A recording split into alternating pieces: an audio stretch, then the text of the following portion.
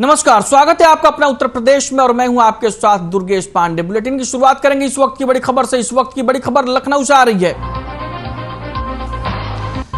Building हादसे को लेकर एक्शन में सीएम योगी। मुख्यमंत्री के निर्देश पर हादसे की जांच, 3 सदस्यीय जांच कमेटी का किया गठन। जिम्मेदार लोगों को किया जाएगा चिन्हित, 1 सप्ताह के भीतर देनी होगी रिपोर्ट। लखनऊ से इस वक्त की बड़ी और अहम खबर हम आप तक पहुंचा रहे हैं।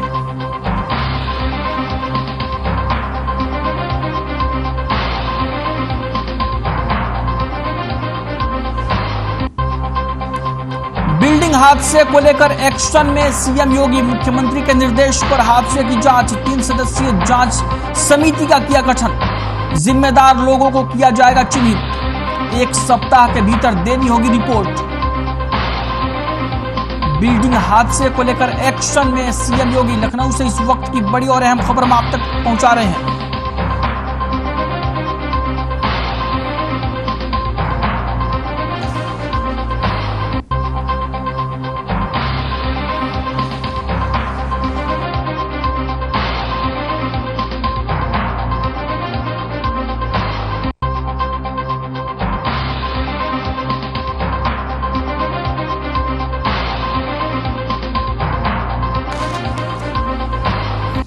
बिल्डिंग हादसे को लेकर एक्शन में सीएम योगी। मुख्यमंत्री के निर्देश पर हादसे की जांच, 3 सदस्यीय जांच समिति का किया गठन। जिम्मेदार लोगों को किया जाएगा चिन्हित, 1 सप्ताह के भीतर देनी होगी रिपोर्ट। लखनऊ में बिल्डिंग हादसे को लेकर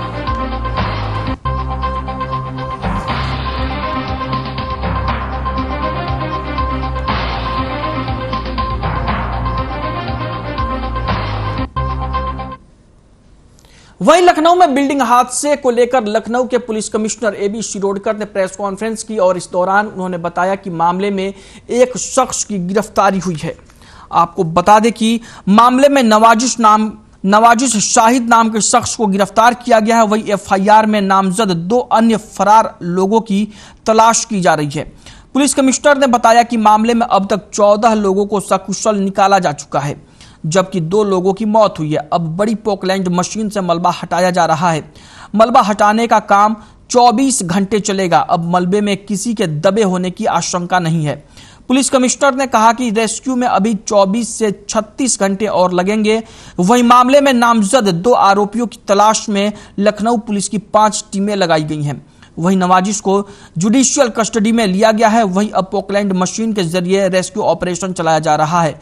मलबा हटाते वक्त जो भी कीमती चीज मिलेगी उसे परिजनों को वापस किया जाएगा और पुलिस विवेचना में एलडीए के अधिकारियों की भी जांच होगी।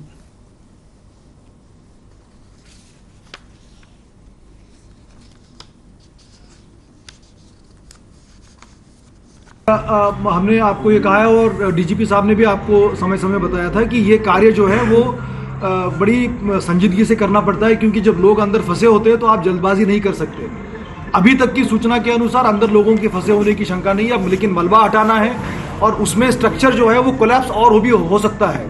और वहाँ जो रेस्क्यू में जो लोग लगे हुए हैं उनको भी खतरा ना हो, तो वो एक तरीके से साइंटिफिक तरीके से वो होता है मलबे को हटाने का काम।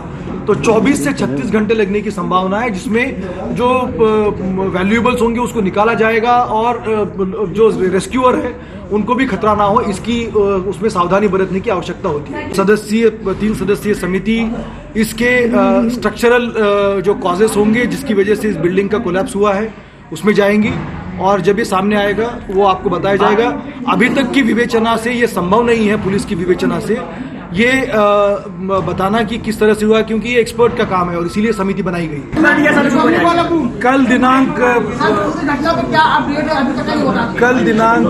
24 तारीख को जो करीब 6:45 बजे यहाँ बिल्डिंग कोलैप्स हुआ है, उस घटना के परिप्रेक्ष्य में थाना हजरतगंज पर एक अभियोग पंजीकृत किया गया है। 35 क्राइम नंबर है, जिसमें 323, 308, 420, 120B और 7 क्रिमिनल लॉ अमेंडमेंट एक्ट का अभियोग 3 नामजद अभियुक्तों के विरुद्ध कायम हुआ है। एक है मोहम्मद तारिक, दूसरे है नवाजिश शाहिद और तीसरे है फरहद याजदानी। इन तीनों अभियुक्तों में से नवाजिश शाहिद जो है उनकी गिरफ्तारी की गई है।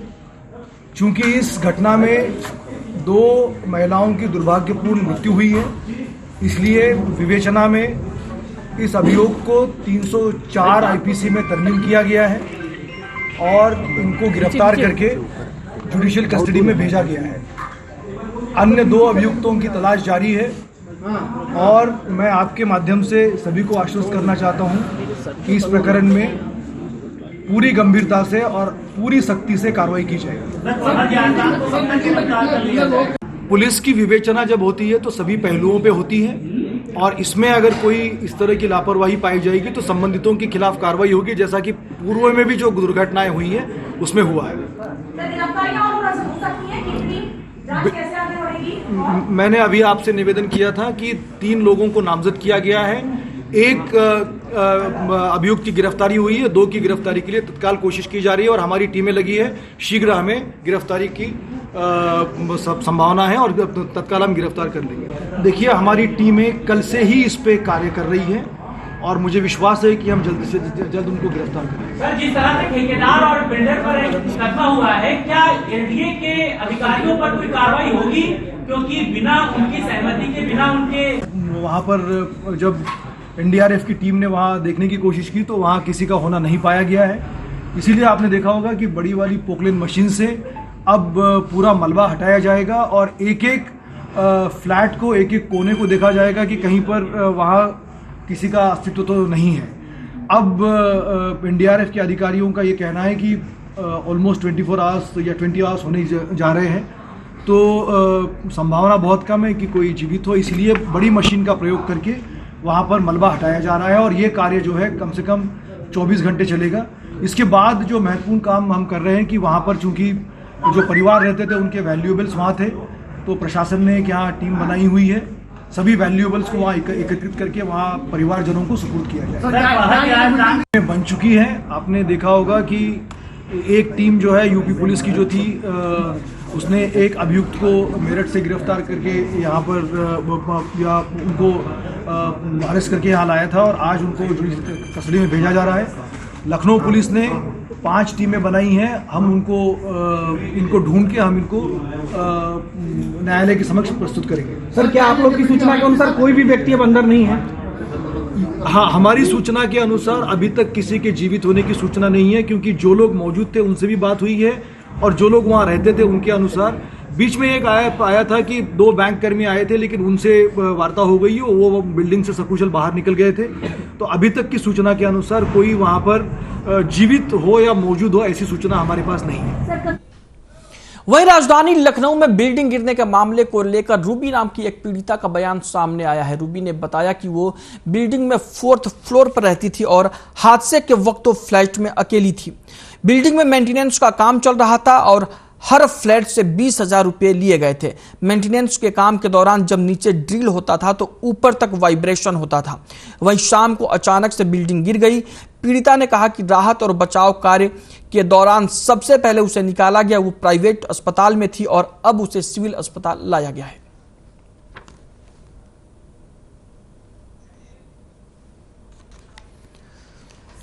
राजधानी लखनऊ में बिल्डिंग गिरने के मामले को लेकर रूबी नाम की पीड़िता का बयान सामने आया है। रूबी ने बताया कि वो बिल्डिंग में 4th फ्लोर पर रहती थी और हादसे के वक्त तो फ्लैट में अकेली थी। बिल्डिंग में मेंटेनेंस का काम चल रहा था और हर फ्लैट से 20,000 रुपये लिए गए थे। मेंटेनेंस के काम के दौरान जब नीचे ड्रिल होता था तो ऊपर तक वाइब्रेशन होता था। वहीं शाम को अचानक से बिल्डिंग नीचे गिर गई और पीड़िता ने कहा कि राहत और बचाव के दौरान उसे बाहर निकाला गया। वो एक प्राइवेट अस्पताल में थी और अब वो सिविल अस्पताल आई है।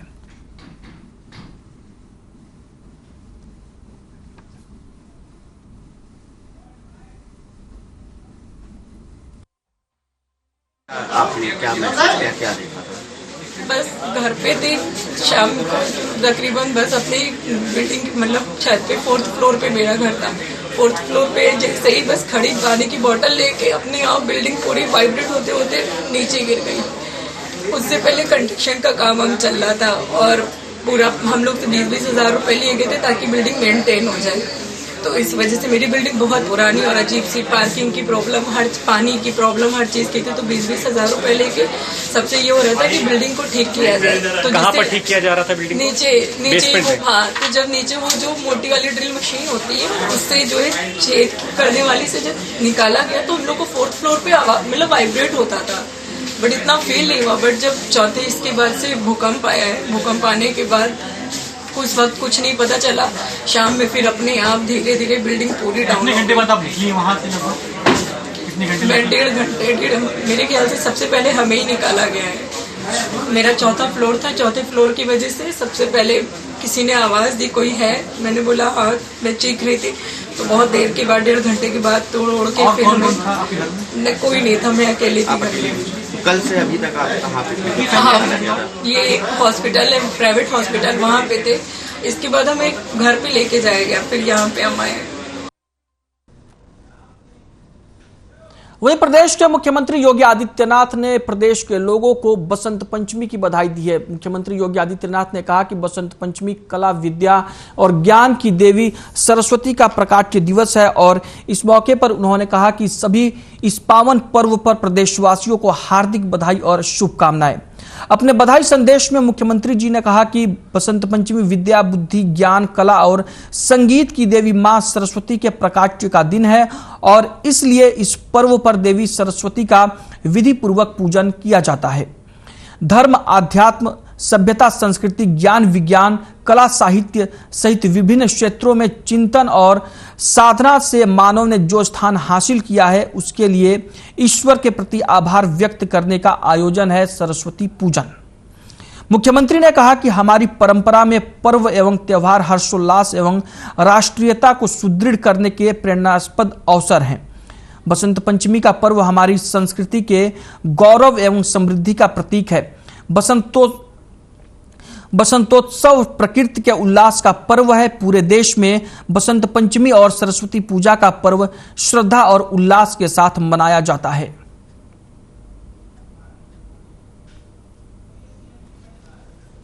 आपको बता दें कि मुख्यमंत्री योगी आदित्यनाथ ने बसंत पंचमी की बधाई दी है। पावन पर्व पर प्रदेशवासियों को दी बधाई और शुभकामनाएं। सीएम योगी ने पावन पर्व पर बसंत पंचमी मां सरस्वती के प्राकट्य का दिन, ये कहा है सीएम योगी ने। विद्या, बुद्धि, ज्ञान, कला और संगीत की देवी है मां सरस्वती।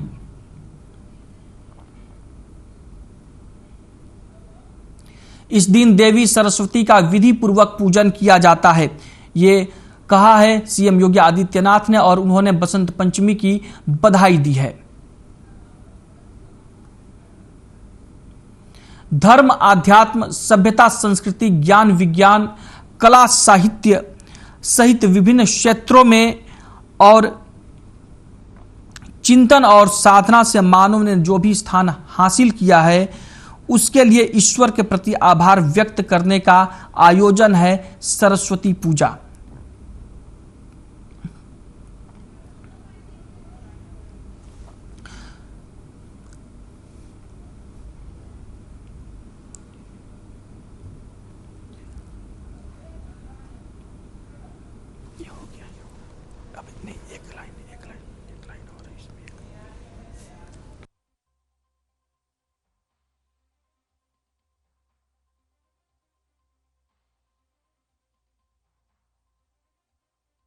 है उसके लिए ईश्वर के प्रति आभार व्यक्त करने का आयोजन है सरस्वती पूजा।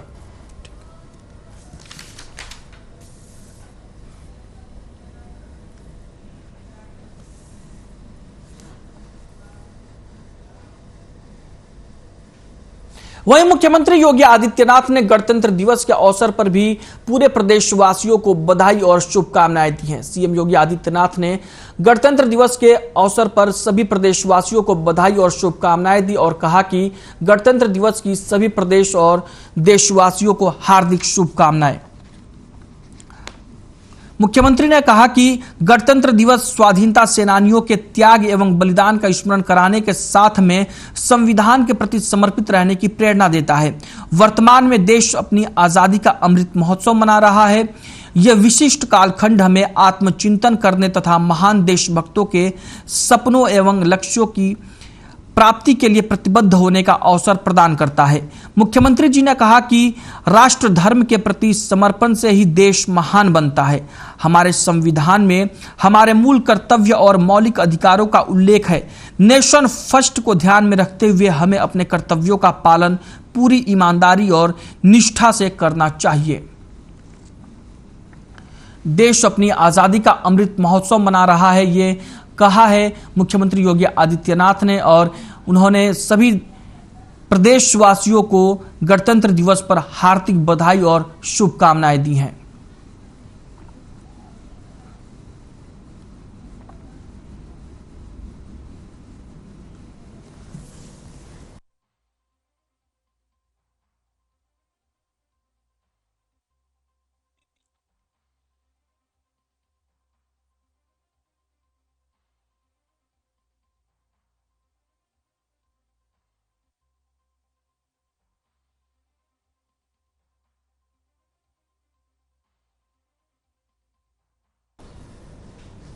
वहीं गणतंत्र दिवस के मद्देनजर पुलिस व्यवस्था चाक चौबंद हो गई है और पुलिस पूरे प्रदेश में अलर्ट है और इसी को लेकर जगह जगह चेकिंग अभियान चलाया जा रहा है। बिजनौर में भी एसपी देहात और बिजनौर पुलिस फोर्स के साथ नगीना रेलवे स्टेशन समेत कई स्थानों पर चेकिंग अभियान चलाया गया। चेकिंग अभियान के दौरान संदिग्ध वाहनों और व्यक्तियों की चेकिंग की गई और रेलवे स्टेशन पर आने जाने वाले यात्रियों के बैग को भी चेक किया गया। साथ ही संदिग्ध लोगों का वेरिफिकेशन भी किया गया। नगीना कस्बे में एसपी देहात ने पैदल गश्त किया। इस दौरान एसपी ग्रामीण ने बताया कि गणतंत्र दिवस के चलते जिले भर में थाना पुलिस सहित LIU और AS चेक टीम की ओर से चेकिंग अभियान चलाया जा रहा है।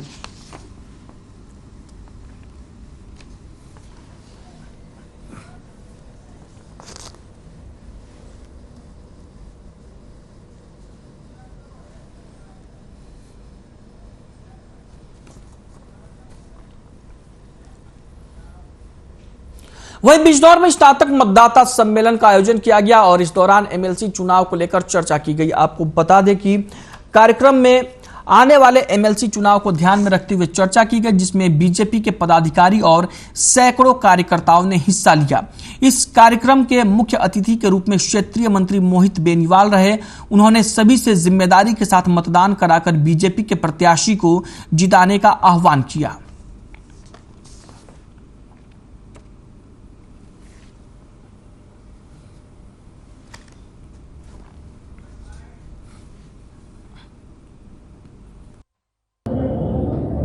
मंत्री जी, आज आपका बिजनौर आना हुआ है, इसके बारे में बताइए। विधान परिषद के उत्तर प्रदेश में 5 सीटों का चुनाव है, जिसमें पश्चिम क्षेत्र की 1 सीट मुरादाबाद बरेली। यहाँ पर जयपाल सिंह जैसी हमारे प्रत्याशी हैं। आज पार्टी द्वारा मतदाता सम्मेलन कार्यक्रम यहाँ बिजनौर में रखा गया, उसी के निमित्त यहाँ आना हुआ है और मतदाताओं के साथ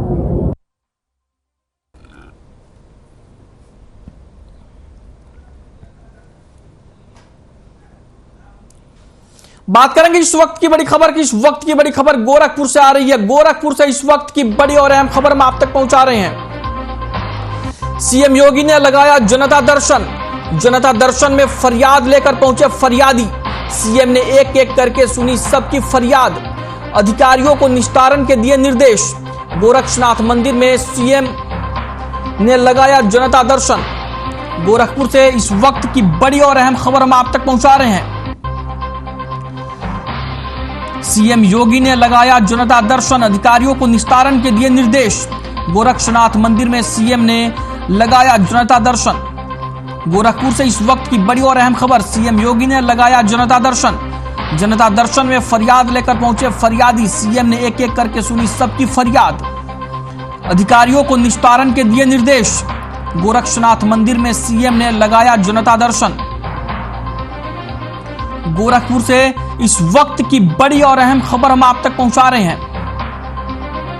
सीएम योगी ने लगाया जनता दर्शन। जनता दर्शन में फरियाद लेकर पहुंचे फरियादी। सीएम ने एक एक करके सुनी सबकी फरियाद।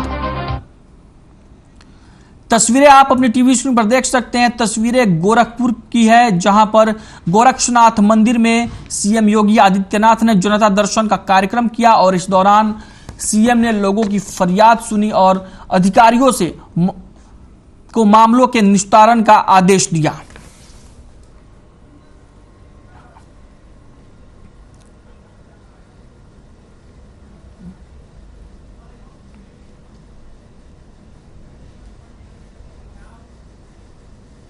बात करेंगे इस वक्त की बड़ी खबर की। इस वक्त की बड़ी खबर बिजनौर से आ रही है। बिजनौर से इस वक्त की बड़ी खबर हम आप तक पहुंचा रहे हैं। एनआईए डीएसपी तंजील हत्याकांड की विवेचना का मामला। उत्कृष्ट विवेचना में राजकुमार शर्मा को मिला पहला स्थान। डीजीपी ने की 50,000 का इनाम देने की घोषणा। 26 जनवरी को राजकुमार शर्मा होंगे सम्मानित। थाना शिवहारा के सहसपुर का मामला। डीजीपी ने की 50,000 का इनाम देने की घोषणा। 26 जनवरी को राजकुमार शर्मा होंगे सम्मानित। थाना शिवहारा के सहसपुर का मामला। तस्वीरें आप अपनी टीवी स्क्रीन पर देख सकते हैं। ये विवेचना की तस्वीरें हैं। आपको बता दें कि एनआईए के डीएसपी तंजील हत्याकांड की विवेचना का पूरा मामला है, जिसमें राजकुमार शर्मा को उत्कृष्ट विवेचना के लिए प्रदेश में पहला स्थान मिला है और 26 जनवरी को उनको सम्मानित किया जाएगा। आपको बता दें कि 2016 में एनआईए के डीएसपी तंजील और उनकी पत्नी की हत्या कर दी गई थी।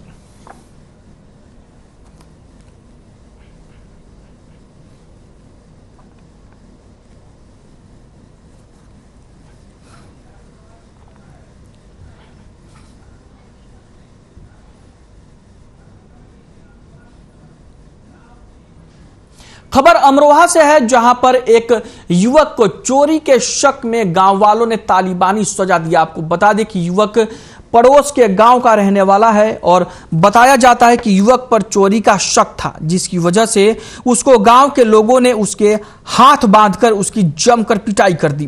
पिटाई का वीडियो सोशल मीडिया पर जमकर वायरल हो रहा है।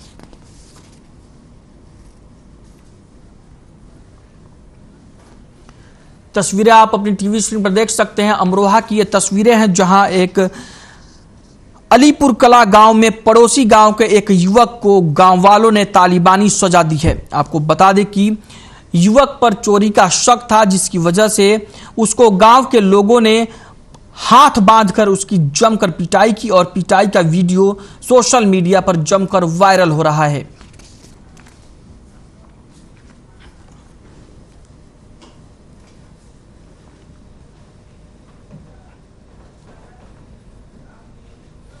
बात करेंगे इस वक्त की बड़ी खबर की। इस वक्त की बड़ी खबर लखनऊ से आ रही है। लखनऊ से इस वक्त की बड़ी खबर हम आप तक पहुंचा रहे हैं। सिविल अस्पताल पहुंचे डिप्टी सीएम ब्रजेश पाठक ने घायल लोगों से की मुलाकात। रेस्क्यू ऑपरेशन करके निकाले गए घायल। इलाज के लिए पहुंचाया गया सिविल अस्पताल। जिशान हैदर की माता का हुआ निधन। सिविल अस्पताल में इलाज के दौरान हुई मौत। कई घंटे के रेस्क्यू के बाद निकाला था बाहर। लखनऊ से इस वक्त की बड़ी और अहम खबर हम आप तक पहुंचा रहे हैं। जिशान हैदर की माता का हुआ निधन। सिविल अस्पताल पहुंचे डिप्टी सीएम ब्रजेश पाठक ने घायल लोगों से की मुलाकात। रेस्क्यू ऑपरेशन करके निकाले गए घायल। इलाज के लिए पहुंचाया गया सिविल अस्पताल। जिशान हैदर की माता का हुआ निधन। तस्वीरें आप अपनी टीवी स्क्रीन पर देख सकते हैं। तस्वीरें लखनऊ के सिविल अस्पताल की हैं, जहां पर बिल्डिंग गिरने के मामले में रेस्क्यू करके लाए गए घायल लोगों का इलाज चल रहा है और वहां पर प्रदेश के उप मुख्यमंत्री ब्रजेश पाठक घायलों का हालचाल जानने के लिए पहुंचे और उन्होंने घायल लोगों से मुलाकात की।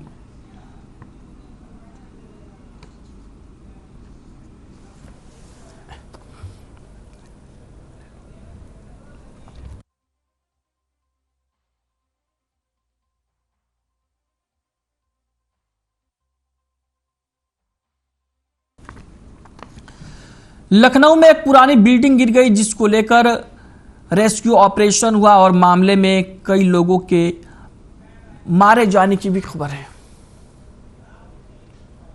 बात करेंगे इस वक्त की बड़ी खबर की। इस वक्त की बड़ी खबर कन्नौज से आ रही है। कन्नौज से इस वक्त की बड़ी और अहम खबर हम आप तक पहुंचा रहे हैं। कन्नौज से इस वक्त की बड़ी खबर, इत्र कारखाने में फटी स्टीम डेग, देर रात हुए हादसे में एक की मौत, कारखाना मालिक के बेटे समेत 3 घायल। पूर्व चेयरमैन हाजी रईस का है इत्र कारखाना। सदर कोतवाली क्षेत्र के हाजीगंज में है इत्र कारखाना। कन्नौज से इस वक्त की बड़ी और अहम खबर हम आप तक पहुंचा रहे हैं। पूर्व चेयरमैन हाजी रईस का है इत्र कारखाना। तस्वीरें आप अपनी टीवी स्क्रीन पर देख सकते हैं। तस्वीरें कन्नौज की है, जहां पर इत्र कारखाने में स्टीम डेग फट गई और देर रात हुए इस हादसे में एक की मौत हो गई, जबकि कारखाना मालिक के बेटे समेत 3 लोग घायल हो गए हैं। तस्वीरें आप अपनी टीवी स्क्रीन पर देख सकते हैं कि इस तरीके की हालत हुई है। वहां पर इत्र बनाने के कारखाने में स्टीम डेग फट गया और जिसकी वजह से भीषण हादसा हो गया।